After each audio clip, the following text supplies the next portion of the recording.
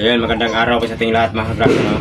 So sa ngayon, i-share ko naman sa inyo kung paano ba, bakit, ano ba ang dahilan sa lalong-lalo na kung magpalit tayo ng bagong piston, bakit nagaganito. Yan, mayroon siyang gas-gas. Yan, baka magpalit tayo ng bagong piston ay magkagas-gas pa din. So nagpalit din tayo ng connecting rod.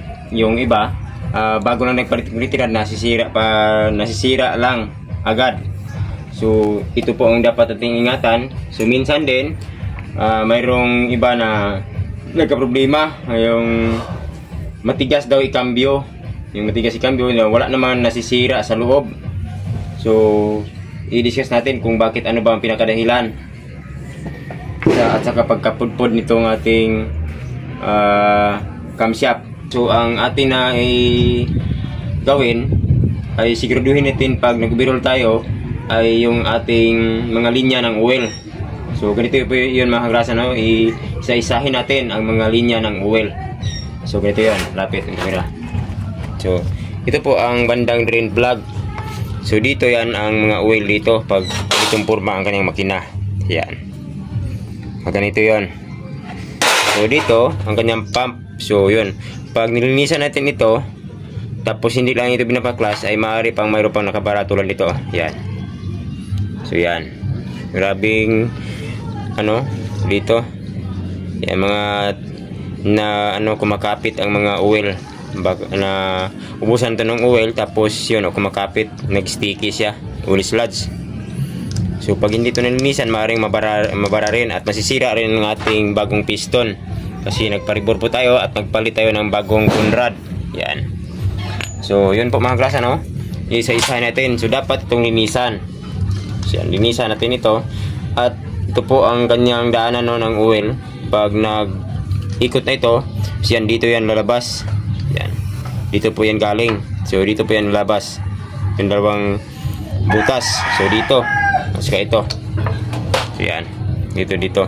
So dito sa bandang likod ay mayroong iingatan tayo dito. Mayroong maliit na labasan ng oil. So tulad nito. Itong dahilan kung bakit madaling masira ang piston at saka itong Conrad. So yan, dito yan papasok ang oil, no? Dito yan. So dito, dalawa, bali dito at saka dito. Ito naman ang unahin natin. So ditong banda, ito ang supply patungo dito sa bandang head. Yan, dito sa bandang block. Yan, dito patungo. Yan, dito. Pag nabara po ito, itong linya nito ay maring masira ating camshaft, rocker arm, tapos yun, ang head parts ng ating motor ay masisira din. Lumalagatik. So ito po ang pangalawang linya, no, na dapat din natin na linisan, ingatan. So ito, bubugahan na ito ng hangin kasi ito po ang pasukan ng oil galing sa ating pump, bubumba. So yan, dito, lalabas yan dito. At dito rin sa bandang likod ay mayroon ding pinakamaliit na butas yan dito. Yan, oh. Yan.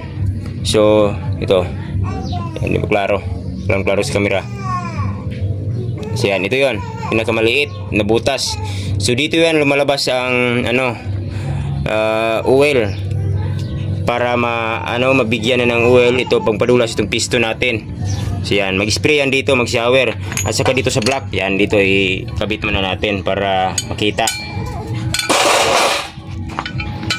Yan. So yan, oh. Yan.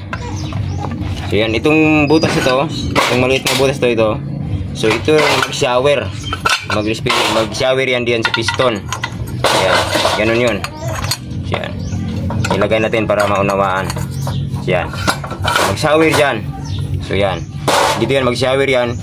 Pag nabara itong maliit na butas to, itong pinakamaliit lang, ay yun ang dahilan kung bakit madaling magasgas ang ating piston. So ingat-ingat pag paribor tayo, ay bugahan na lang nyo ito ng hangin. Makikita lang ito pag tatanggal na itong block.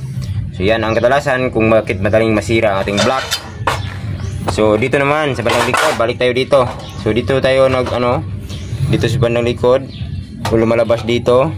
Tapos yan, yung oil akyat yan patungo dito. Yan, pasok yan dito ang oil. Tapos dito yan patungo. Yan. So dito yan patungo. Dito. Tapos dito yan po patungo dyan. At dito yan, mag-shower yan dito sa ating gearbox, sa mga gear. So dito sa ating shifting drum, sa ating shifting fork, So pag ito ay nababara itong linya na to, yan ang ating ingatan pag naglagay tayo ng gasket oil dito, gasket maker, kasi wala po itong gasket maker lang lagay natin. So ingat tayo dito, baka mabara. Yan, hindi na makashower dito. So ano na dito, wala nang lubricant, wala nang oil sa kanyang mga gear. So yan ang dahilan kung bakit matigas si cambio, madaling masira itong kanyang shifting fork, shifting drum masira din kasi maggasgas. So yun po, dito yan nag-shower. So pag mabara ito. So ano pa ba ating discuss? So yan, tingnan natin itong kanyang, ayan, tingnan natin dito.